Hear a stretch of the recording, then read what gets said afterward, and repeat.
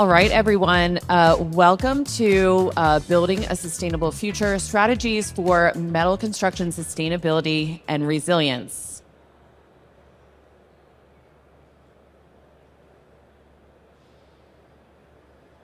So this is just a brief overview of our learning objectives today.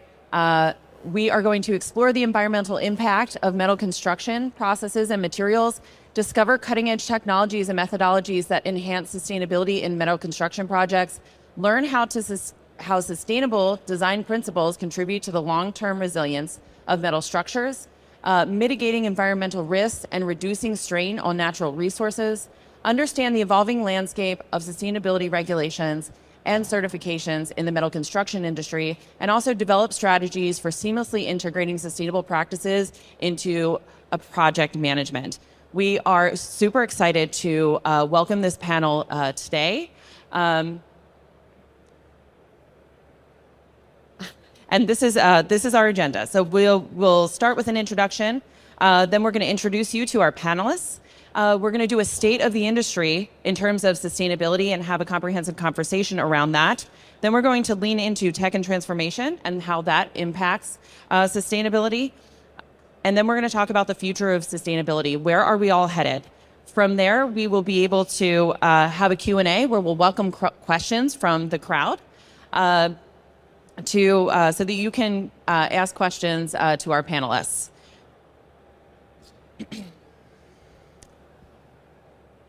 So as many of you may know, here in Atlanta, Georgia, was recently devastated by a significant environmental disaster. In the wake of such a catastrophic event, our discussion today couldn't be any more timely or critical. The impact of Hurricane Helene has been profound. 33 lives were lost in Georgia alone, nearly 200 across the South. Significant power outages and damages amounting to over $417 million.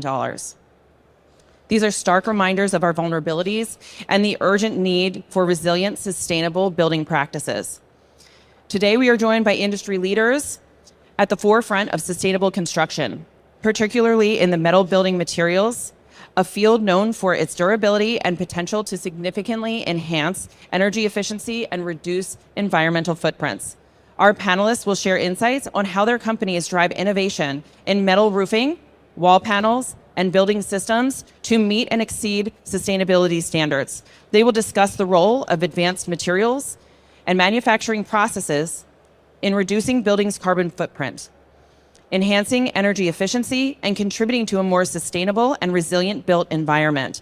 As we reflect on the recent disaster and look towards rebuilding, let's consider how principles of sustainability can be integrated into our recovery efforts and future development, ensuring that we are not just rebuilding,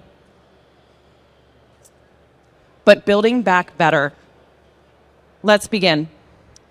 So first, I'd like to introduce Chris Morris, and he is an industry expert on the MetalView program, a veteran in building products, software, digital marketing, and home services. Chris brings his industry knowledge to manufacturers, distributors, contractors, and software companies to help them drive actionable growth. Before partnering with metal manufacturers for brands like Watts Removal Products, Roofle Technologies, many of which are here this week, Chris is wearing the same jacket in his profile picture right now. I'm wearing the same thing too. Look at that. That's pretty awesome. That's good branding. Yeah. So he's here to share his operational philosophy with industry professionals on a national scale. Chris uses his expertise to guide businesses in effectively getting the job done while growing responsibly. And then we have Chris Croder from Drexel Metals. Chris brings over 40 years of experience to the premium roofing industry. As a second-generation cedar, metal, and slate roofing professional, Chris began working alongside his father, co-owning and running a roofing company where he started as a boy. Transitioning into sales, Chris realized in metal roofing, working for distributors of building and roofing products. With over 15 years of experience representing manufacturers of architectural metal roofing and wall systems, he excels in architectural presentations and specification support for the design community. Currently serving as the territory manager for Eastern Pennsylvania and New Jersey, Chris's extensive knowledge and dedication make him an invaluable asset to the roofing industry. We also have Jared Hamburger, owner and president of Helix Metal Forming. Jared's 22 years in the roofing and architectural sheet metal industry are fueled by a passion for innovation. His journey from automotive customization to architectural metalwork showcases his versatility and dedication. At a conference just like this over 10 years ago, Jared decided to invest in his first sheet metal machine. Under his leadership, Helix Metal Forming fabricates crown moldings and trims, architectural metal wall panels, metal roofing panels, and trim and edge metal. Outside work, Jared finds joy in beach outings and ping pong.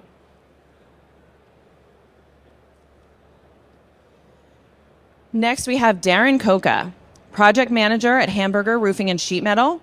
Darren Coca serves as the project manager at Hamburger Roofing and Sheet Metal, leveraging 16 years of experience in exterior building products and roofing. His expertise spans sales, project management, and estimating, ensuring seamless project execution, client satisfaction.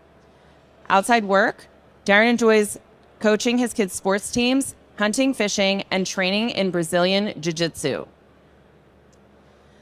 And last but certainly not least, a recent addition to our panel, offering an extreme amount of expertise in this space, we have Bob Zabchik, president of Z-Tech Consulting. Bob is an accomplished engineering and construction professional with extensive expertise in developing sustainable building products and systems. As a thought leader in the metal construction industry, he has a strong background in product innovation, sustainability, and building performance. Bob's experience spans roles in engineering, management, product development, and strategic business planning, making him a valuable resource for advancing building technologies that prioritize efficiency and environmental responsibility. So welcome. So first, why don't you all share where you're from and how you got into the industry? Jared, we'll start with you. So I grew up, my father was a builder, and my summers, I worked with him building houses, roofing, siding. Then once I got out of high school, couldn't work with my father, so I started my own company. I started my own roofing company, then to come to realize that I need my own sheet metal company. So I started a sheet metal company. So now we integrate our roofing company, our sheet metal company together just to create a more efficient business concept. And where do you work out of? We're out of Sellersville, Pennsylvania. Chris Morris? Hey, yep. So I'm an industry nerd. I've been in this business for a long time. My father was in the building science and products place for 45 years. Was a roofing, siding contractor in the summers through school. And so really got sort of that hands-on experience. And then I was very, very fortunate to, right out of college, work for a company called James Hardie, right when they were coming to North America, and got to live in 6 states in 5 years with them. And then was able to run a roofing and siding business. We went from 3.6 million to 15 in 26 months. Did that, and then was able to work for a large asphalt manufacturer. And then I also ran a $60 million roofing business for a period of time, then did consulting, and then really jumped into the data science, digital marketing aspect as it relates to home improvement. So I'm very excited to talk about metal and the attributes of metal, because I believe that this market is primed for it. It's the fastest growing segment of the residential re-roof space. And what we know about the home improvement sector is that there's a lot of elasticity. So if you can show value to a homeowner, they're willing to pay for it. So it's not really as price sensitive as many would like to believe. So it's really awesome to see contractors in here too, and the value that you can show to a homeowner, and especially with something as sustainable as a metal roof. Excellent. Thank you, Chris. Darren. Darren, my original plan is to go to college, got a job. My dad was a construction engineer.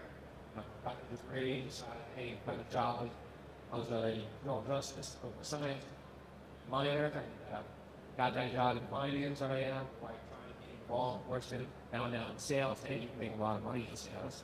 You know, thank you. Started working with Chief Manhattan, was there for about 10 years, and you know, money as well. I was a miserable person though. Being in a workroom with 300 people popping their heads up, with crown walls, so you know, I can't do this anymore. I'm never go back to corporate office space again. Now, I think people in the construction industry, from then on, I got like the office in the field, and no, I'm never turning back.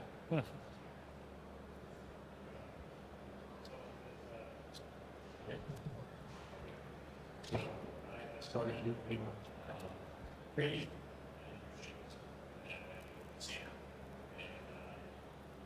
Yeah, it's all.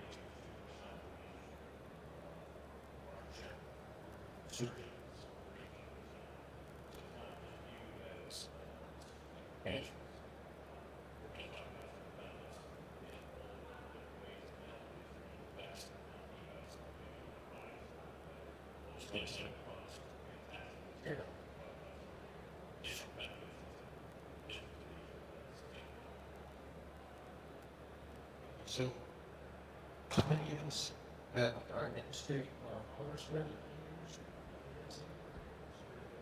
and also that person. My father, also, yeah, in the middle industry, been in the 100 years,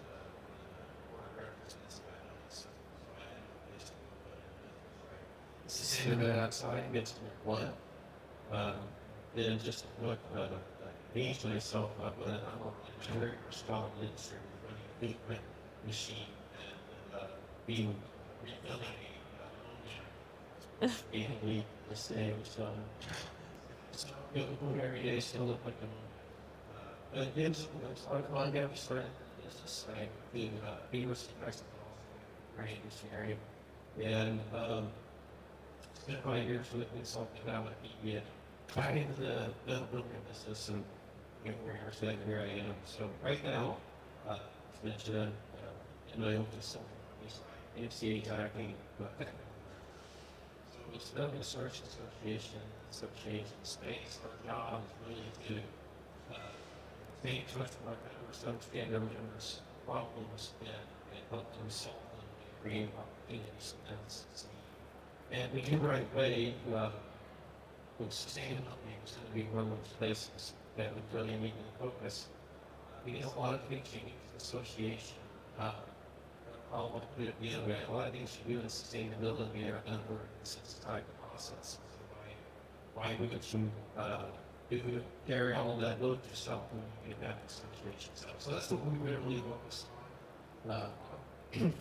I'll try to interject as we go along about helping and seeing and ways we projects that help the industry in the space of marketing and all these advantages HCM are great, very, very well and super. Thank you, Bob. So, in light of the increasing global focus on sustainable building practices, could you each elaborate on how your company's innovations in metal building and materials and processes contribute to environmental sustainability? Chris, would you like to start? Chris Croder? Oh, that's right. So, well, just these help. Regional.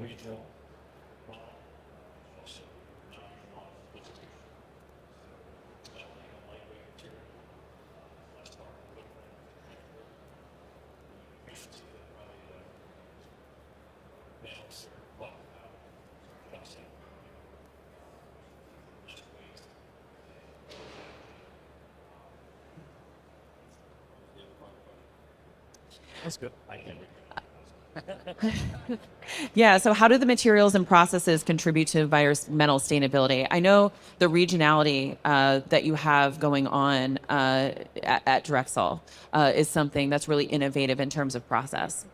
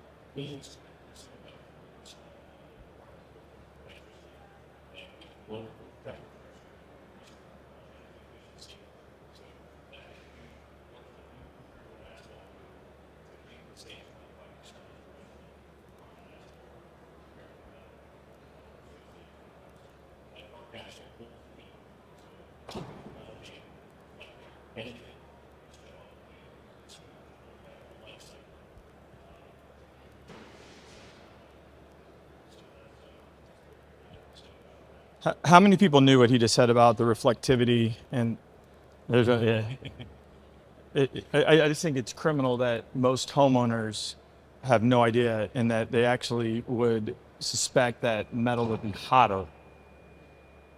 So I think it's just one of those key things as an industry. Like, how do we get that? Because it's great to talk about sustainability and environment friendly, but the so what to the homeowner? Like, what does that mean for you? So what is 40 years, 50 years of durability, long lasting? Like, what's that mean to them and that property? So I think we talk about it like globally here, but like to the person that's actually purchasing it, like what does that mean? And I think a majority of homeowners would not only not know the reflectivity and the energy savings, they would think the opposite.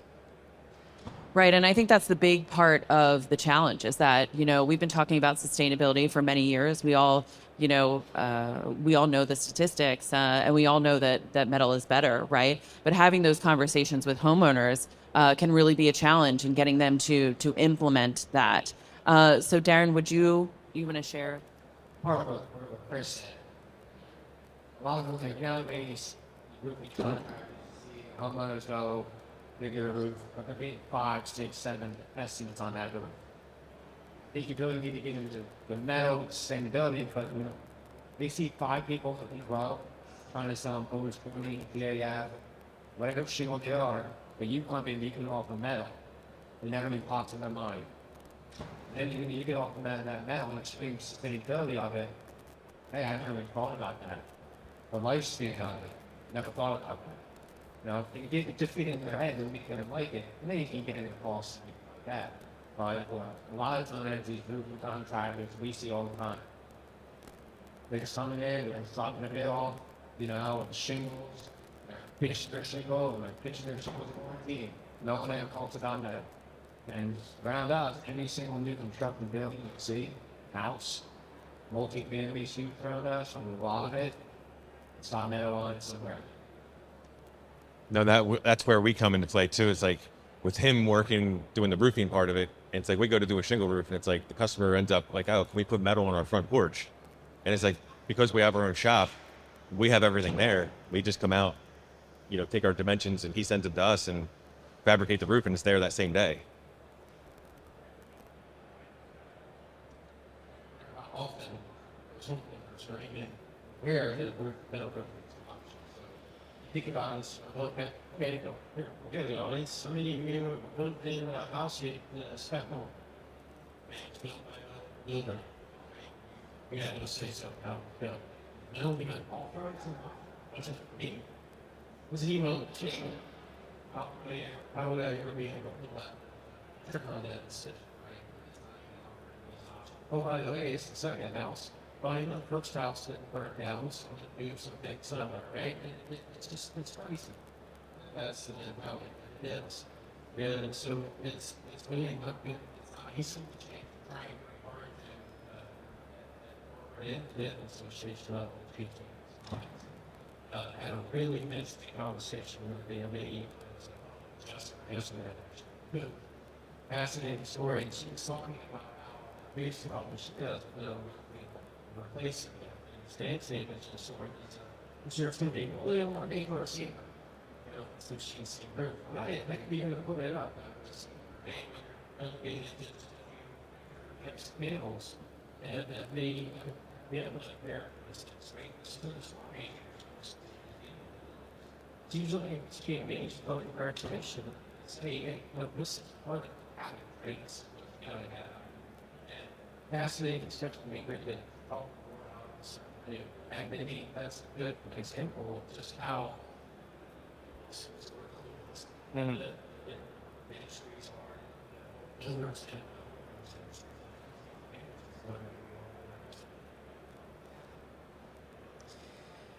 Absolutely. So, can you discuss further how you see the industry committing to sustainability in the manufacturing process of building materials, especially in your experience over the last 20 years? And Bob, we can start with you because I think some of those regulatory changes are really interesting. That's a really great question. It's a thing going into this. We, medical sources, they should be honest. Documents, operations industry. Been doing it, summer, based on things, And so, what you're seeing here is this application development,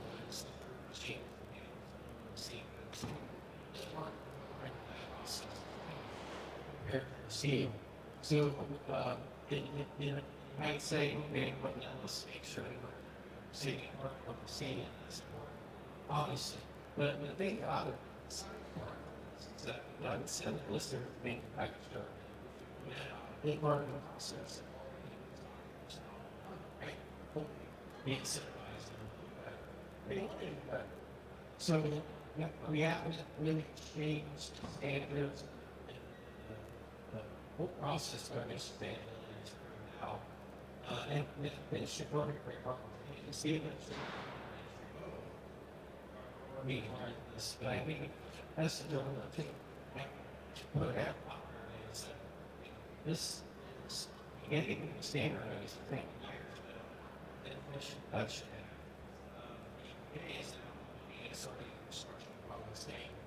so we'll be looking at the body part, data products, sugar costs.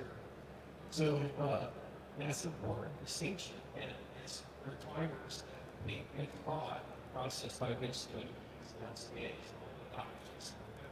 new will the standards line up. The process that you gave us then.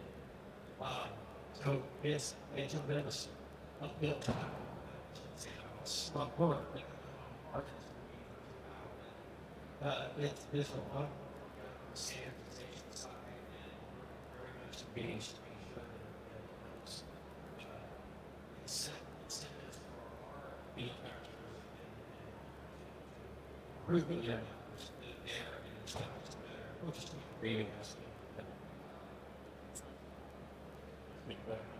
Yeah, Chris, I would love to hear from you because I know Drexel is also very committed to sustainability.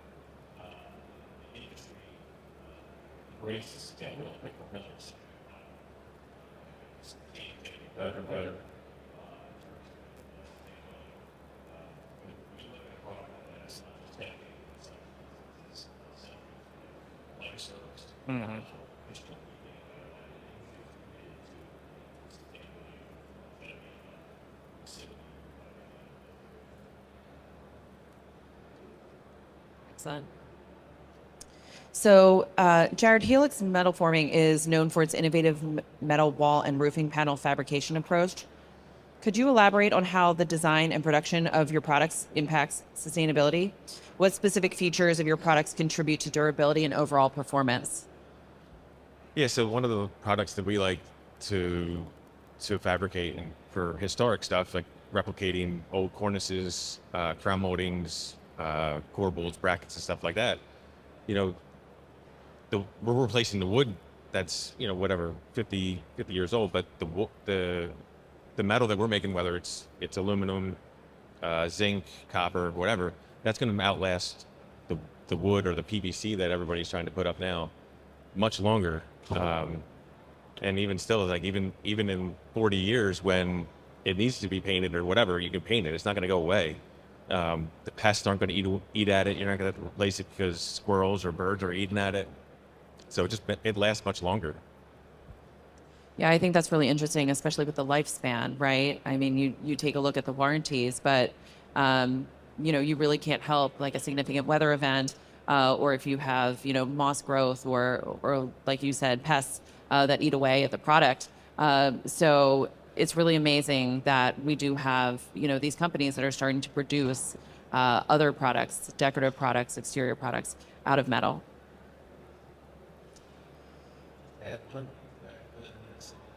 Yes, that's going to be very important. Very understanding. It's important by part of the energy. Years and years. Obviously, that's another part, right? And so, we probably, somebody part of that's not part number, that's what it's there, available on the site. And if you're good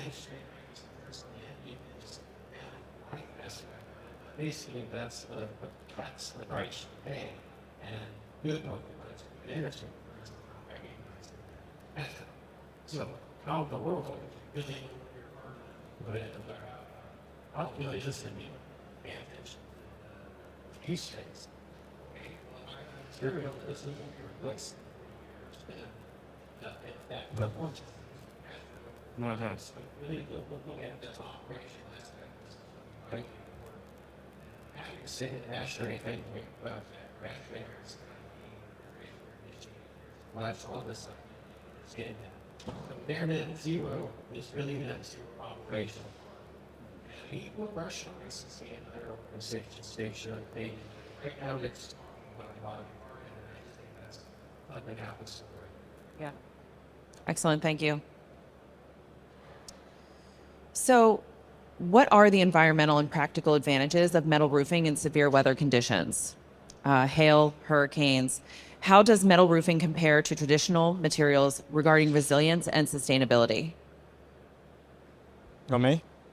Yeah, good. No, yeah. It's just interesting when you look at, like, if we're just speaking to the residential re-roof market, and you look at you can see the amount of squares that are sold, and you can see how many were affected by named storms, one of which you would have named here. But there's a whole underlying things that end the useful life, right? So premature failing or replacement that would be by a hail, wind, or extreme weather, right? And then you think, like, inherently with metal roofing, the class 4 rating. You look at things like the assembly. So an asphalt shingle is only a class A rated went through its assembly. So where metal obviously is right as a substrate. And so you think about the insurance companies, you think about all the changes where you live in Oklahoma City, you probably have a lot of ACV policies now that you're coming in, or individual roof riders, 1%, 2% of the home's assessed value. You look in Florida, 5% of the assessed value like you would have in a named hurricane. And so you start looking at why the insurance companies are looking for class 4, why they're looking for substrates. It's that replacement, it's that cycle that changes the useful life of that product. Then you look too, so with asphalt, right? Fine, but you're using nails. What do you use with metal? screws, right? And we know that a lot of high nailing happens with shingles and all that, but in a metal roof, you know exactly where you're putting it in. And historic, like with the Drexel product, what's the win rating coming out of the box? Why is that? And then we also look at the building for these two gentlemen for the building practices. Is you're actually, if you think about it like a tuxedo, right? You buy one off the shelf, but then you typically go get it tailored. So a metal roof is designed, cut specifically for that individual property.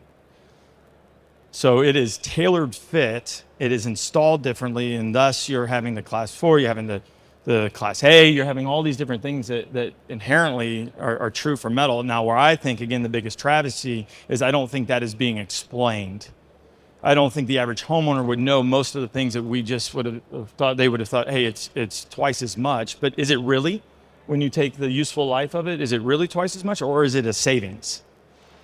And so I think it's just that understanding, and it's tough, right? Because individual homeowner, they say a homeowner replaces a roof once in their lifetime. So you have the average of about 17 to 21 years of performance with a typical substrate. And then so the moving cycles anywhere from 7 to 9 years, they move, right? So you're just hitting that replacement cost. And so it's just interesting to see what the really long-term value, both from sustainability, right, and economic and environment future, but let's just think about cost, and then why does it last? And I think we've sort of lost that why it lasts for decades. Excellent. Thank you, Chris. Chris Croder, would you like to follow up?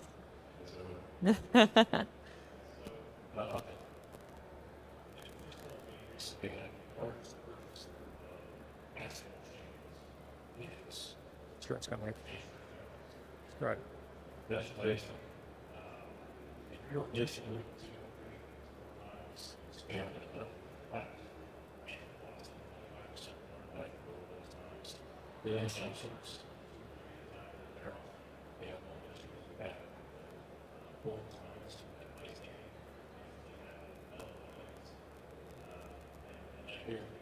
Education. You right to us.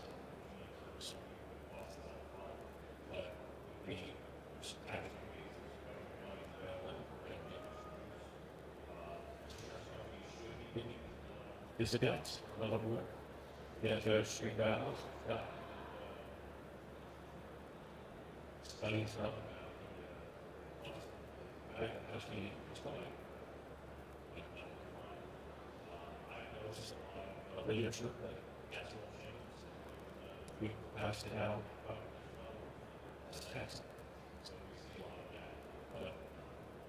And if you look at the substantial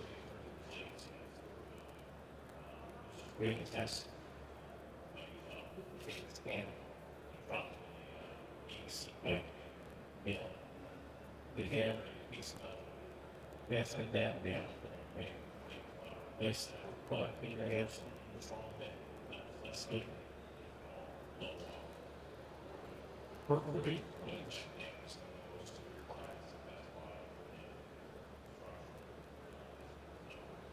It's an interesting test, right? They take a 2-inch ball bearing and drop it 20 feet, and if it twice, and if it doesn't break the mat in the back, then it would be considered class 3 or 4, depending on the results of that test. So it's interesting. So why would insurance companies give a discount on getting a metal roof?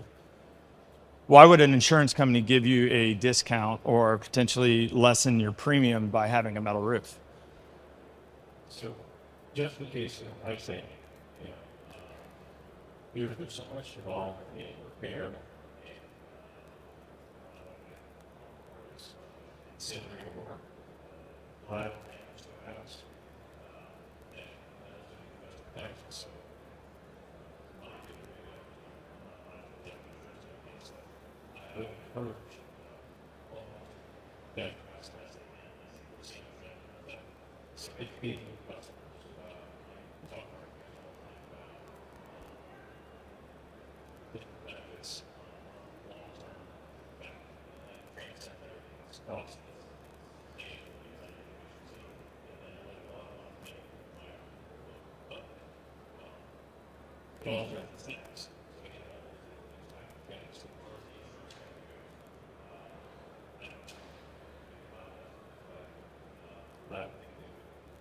You do this.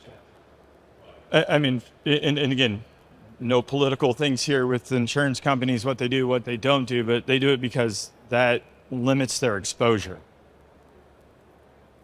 So then you would think inherently, well, why does that limit the exposure? And it's because all the attributes that we just would have said.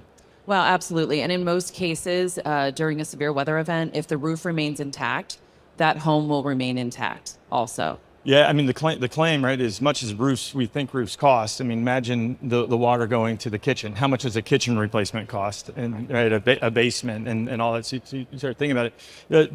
Does any, for our roofers out here, and again, I'm a recovering roofer. There's a booth over there for us. But at the end of the day, how many tons do you think an average roof in the United States is?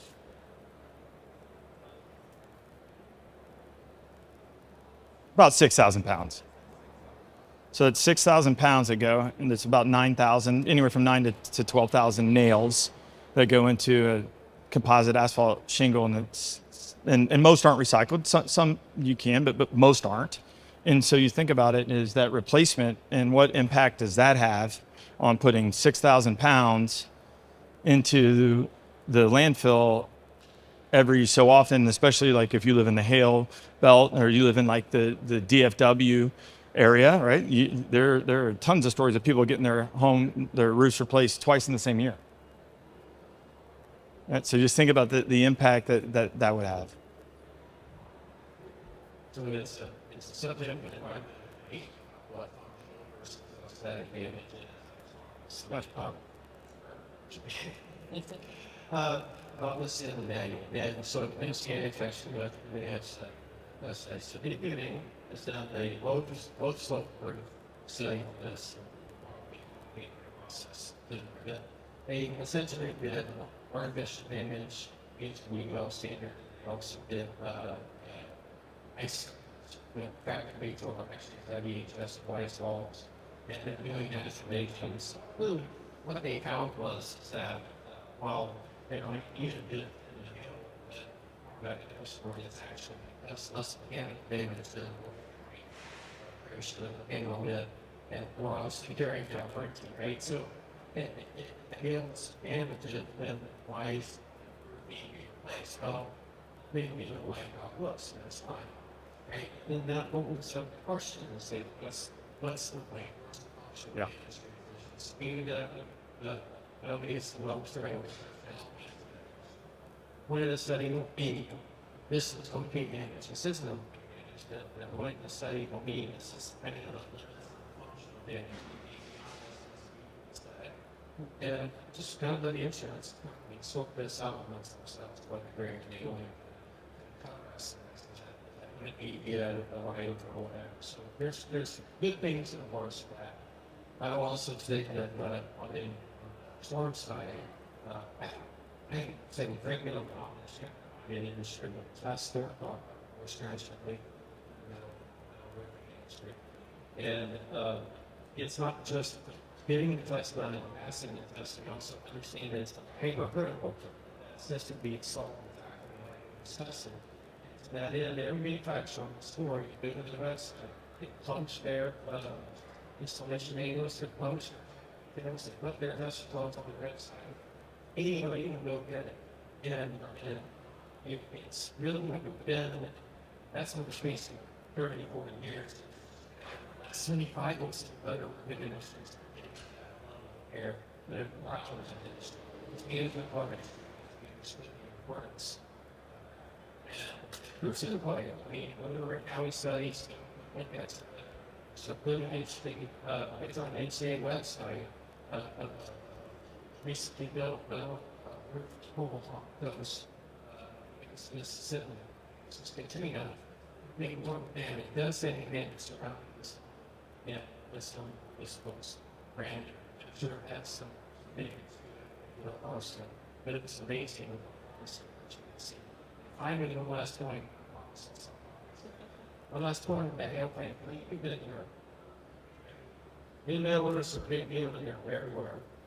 And sitting out on a hotel, looking out the office building, was supposed to be, and those were born in the cities. What was the I mean, everywhere. I just think I asked the person who helped me, what's that little milk? I said, I'm pretty sure which the story will do.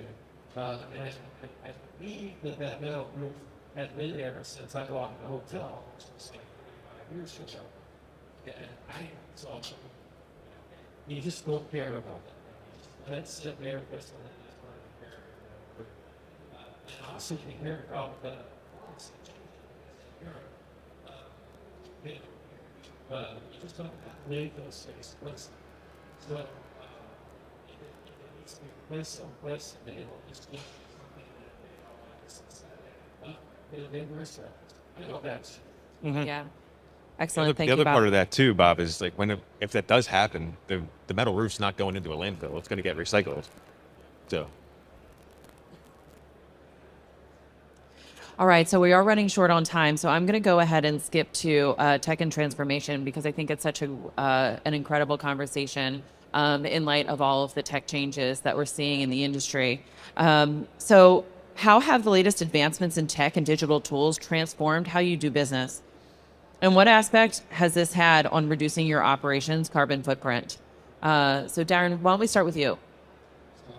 as you mentioned before, let's imagine, a lot of would say you will be a butler, this job study, it's not being able to do the estimate. We also use, back in the day, we do a lot of beginning and you have to get your blueprints figured out, we'll pick them up, we plug manuscript, we don't have to write it on a computer system, we can go to see off right on the computer, we can order material, plug it there, we can eliminate waste, and I'm spending my time filming buildings. That could be drones, we use drones too, that's not at the job site, you can fly a drone up, they look at your building. Also a big part of it, we constantly learning and moving beings. Yeah, it was exciting years ago, they're buying up TV, already, works on this thing, all right. Now it's still siding, wood greens. You see some of the times of change where the solid houses around us, so you see a lot more industrial fields going on residential homes.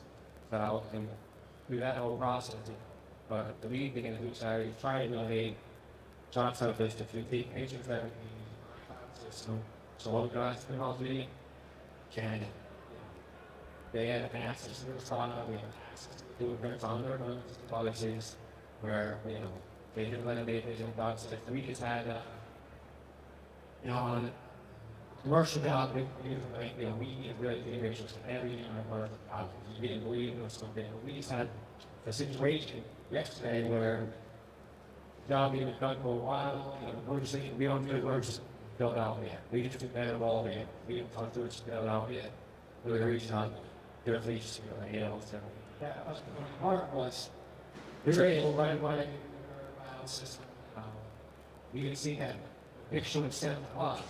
They put me thinking, when that was the actual picture that we took and sent it to them saying, this wall is a plaster roof. They ignored it, sleeping, it's not our issue, but I have to move the whole money. So I found an hour's lights off with that farm in footprint. Now, here's, hey, it's not a problem.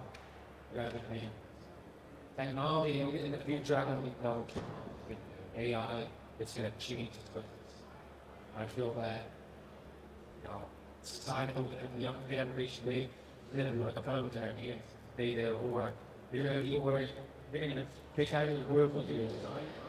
It's 4-year old, it's going to be delivered, it's going to be installed, and you don't see the customers. I think that will make It is going that way. So bringing SaaS products to this space for some time, our churn or attrition rate in the home improvement contracting manufacturing space wasn't from good or bad tech. It was from failure to launch, failure to implement. So for example, in the roofing space, historically, a roofing contractor will only use sub 20% of the capabilities of their CRM.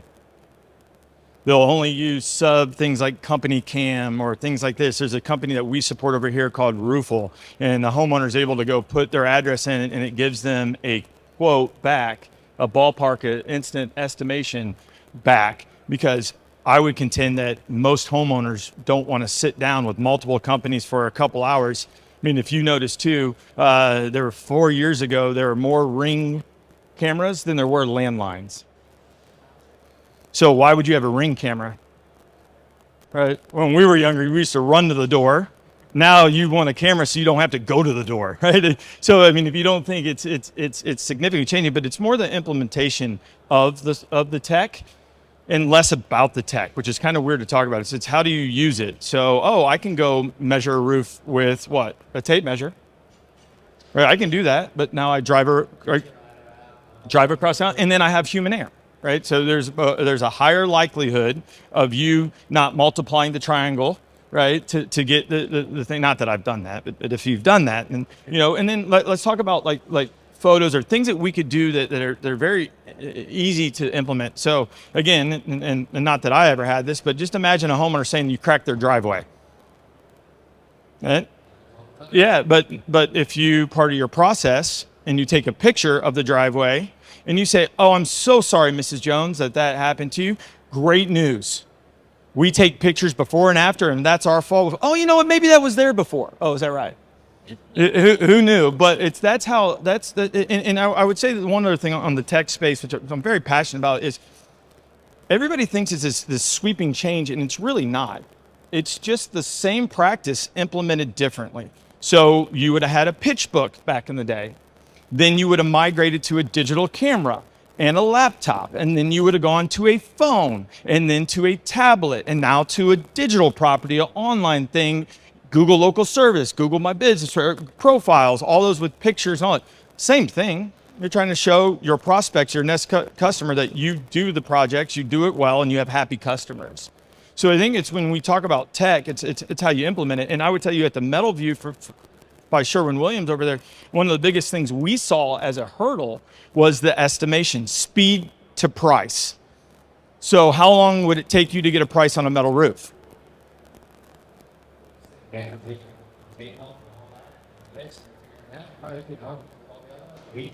A week. And how long would it take you to give a price on an asphalt roof? 5 minutes? So now we got complexity, we got all this, and so this is where tech is taking very, very complicated inputs. So this is what tech does for you, right? Complicated inputs. So like if you look at like Eagle View, those are actually positionings, lats and longs, right? And they provide that in what's called an XML file, right? So it's a bunch of data. Well, you push that into a machine, and now you want what? Very simplistic outputs. That's what you want from your tech, is you want to take something that's complicated, use tech to simplify it so your outcomes are easily explainable and they're quick. So we think, in my opinion, in the metal roofing space, is that not only are we not selling it, I actually think most people are selling against it because it's complicated. It takes me 4 days to get a quote, and then all of a sudden she changes that and wants to go from a 26 gauge to a 24, wants to go from mechanically fastened to snap lock. And now that starts that process all over. And so that's where I think tech is really, really awesome, is when you can take complicated things and make it easily repeatable. So I don't have to have someone in my office that is a metal savant. I just need to go be a good sales and marketing company and offer a differentiating value proposition with the products in which I sell. And so when we can eliminate that complexity, that's where tech really helps propel businesses. Right. So in our shop, we just started working with Sedan with a program called New IT. So we can give our customers logins to get their own price on their roof. Like they can log in, create their own material list, and it gives them a price right then and there. And I would say this, so in 3 years, with some of the folks that we've seen that have not been net new to metal, right? So net new, never did metal. And some of these folks are doing hundreds of thousands of squares annually. And what they actually found is when they offer metal on every job, they sell more asphalt. They also sell more metal, but does anyone want to guess the reason why they sell more?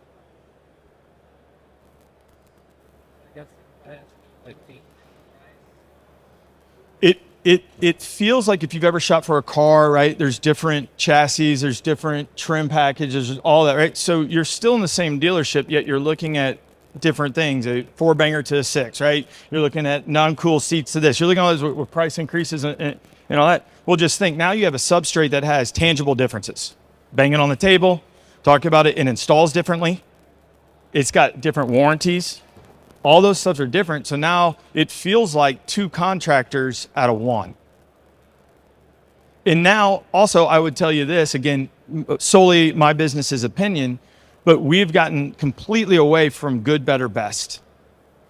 We've just gone completely away from it. And our good, better, and best is really the same substrate with a little bit of difference. There's not really, again, that tangible difference. There's not a different manufacturer. There's not a different warranty. There's not a different application, not a different maintenance cycle. And so we've really gotten away from that. And what we've found through our Metal View program is that they love it because it's a differentiating piece that they have. And I would also tell you one of the other key learnings would be that we historically as an industry have biased those leads. We've said, no, they would never go for that. They can't afford that. And then you go look in the driveway and they've got a $1,000 car payment, or they're in an 1,800 square foot ranch, and they may just say, I am so sick of this. I never want to replace it again. Give me something that's going to last. Hey, I'm going to hand this down to my kids, my grandkids. Hey, I just don't want the headache anymore. I don't want to go through winter again. We just barely missed the storm. We barely missed the hurricane. And so again, I think it's one of those things where we do a disservice to the end use customer by not offering them differentiating products in the home and assuming that they're not going to see value in something that may be a little more expensive. Under that, one example of this happened in Hackathon very recently. There was a storm from years ago, but customers told all the neighbors getting a loose change, from a hailstorm. We don't get any hailstorm fires. When they do, when the folks crazy about it. So they just call, what's happening, what's going on, hail, and about to tell them, and they didn't realize. Long story short, their neighbors are replacing all the roofs, asphalt, shingles. When I went and spoke to them, they talked about metal, they're like, well, I don't know, it's expensive. Like, listen, we can get metal on that day and that day, on and off. But, okay, so they didn't make the difference. They told the insurance company was doing, but I'll tell you what, they loved it after that. It's not because they loved the look, but what they loved even more is that all their neighbors came there and said, I wish I did that. I love that. But no one talked to them about it. They had no idea. Excellent. So we are running down on time, and this has been an incredible conversation. I want to thank everyone here for sharing their expertise, and I want to encourage the audience, members of the audience, to approach them later if you have additional questions about sustainability or how you sell sustainability into your customer and what they're focused on, because as you can see, we could talk for hours about this. But because we have about 5 minutes left, is there anyone in the audience that has a question that they would like to ask? Go ahead and put your hand up. No one? We know we're not that good, so. Are you going to start selling metal?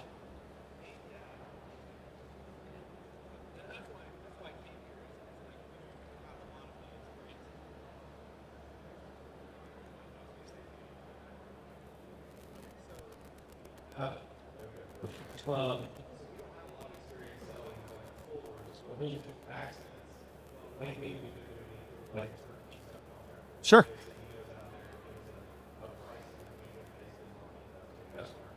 So, here, like you said, one, not only be that nice experience, neighbors, be that opportunities on our. So, the biggest step back for us is being able, like you said, is the kindness being there. Already here, it's really good in our system. Randers and things are all roofing. He didn't have to relax. That's it. We have metal. That's always been first. You can have a system right for it. Still that's how to do it. But once you have that, that's why I'm trying. Right? Yeah. It's not it's not, what's that base, that's the good one, not really gonna set parameter, then you everything, right, most of it back, that whole, Do you offer financing? yeah, Service finance? Sunlight? Yeah, sure, sunlight, right? So you do solar too or no? Okay. It's interesting. So just the industry average, if you finance a roof, it's typically a 17% higher average ticket.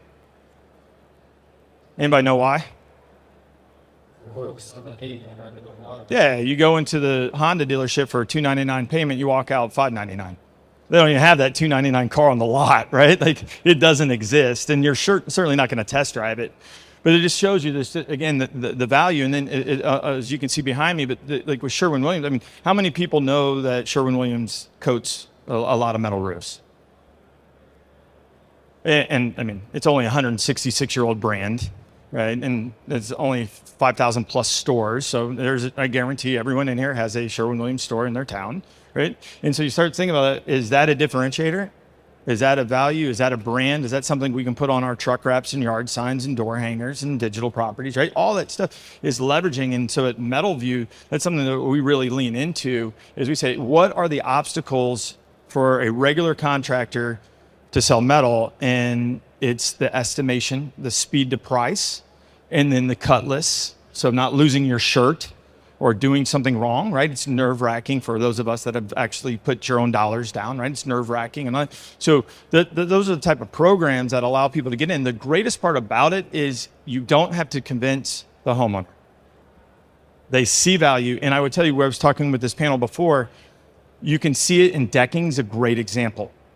The AZEX, the TimberTechs, the Trex out there, they are 10x what a pressure-treated deck is going to cost. But where has the market moved? Do they see value in something that lasts long, that they don't have to worry about, gives you a look, feel? And so, metal roofing is the exact same, but for some reason we have biased those folks, and that's why continues to be the fastest growing segment, because they are demanding it, not because us as an industry are offering it every time. So this shows you that I would tell you in business, one of the key things that I learned, grow with those that are growing.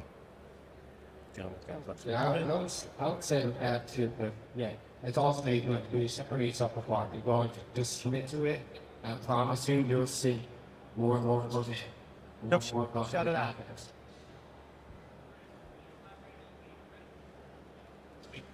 Lead credits? Yeah. So, the way it's going up, it's under change right now. Like it's going under where this program right now. So, I'm going to talk about what it's going to be. That's what I got knowledge about. I happens to be a person that's already on the committee, and I'm not going to single him out. So it's really focused on organization or decarbonization products that you're implementing, and including the process to which you measure against benchmark. So that benchmark, generally speaking, will come from an industry average of some sort. GSA, what is that data, for instance, for other projects. And that system has actually been in place for a while in GSA. The difference has been that none of the EPDs and most of the data that's out there was developed together in the census process. That's why you stepped in and said, we got to put this clear thing. But so what we has in place right now is the optimization process versus an education GSA thresholds, which have been implemented by it's like partisan.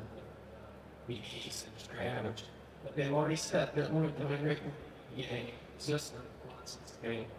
So, but the answer to that is all the check boxes, the business travel, all the systems, all I mean, I've got the government to increase those things that you're going to get, or that tools will be like with NCAs or what.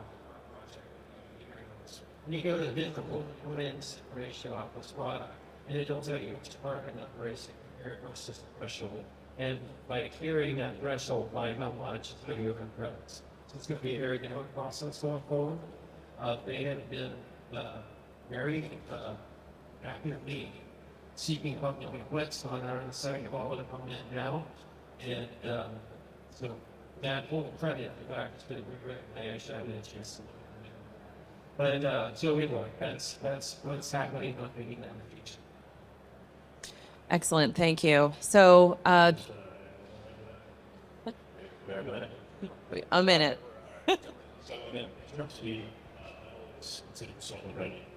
So we didn't get a chance to wait for maybe to apply for benefits. So we're that's out. You guys.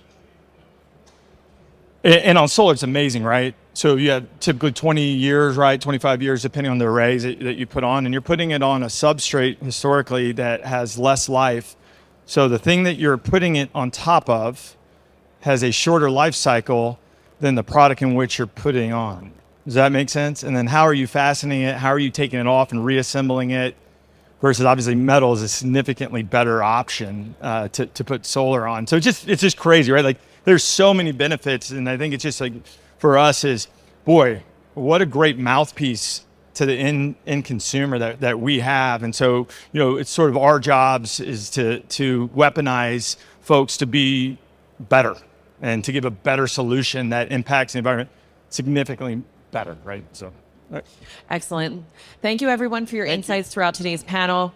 As we move forward, let's carry the knowledge and strategies discussed here into our industries and communities. It's vital to continue these conversations beyond today, pushing for practices and innovations that drive sustainability, not just in construction, but in all aspects of our lives. Please join me in thanking our panelists for their expertise and insights. And thank you to our audience for your thoughtful questions and participation. Let's keep striving to build smarter, more sustainable, and resilient communities.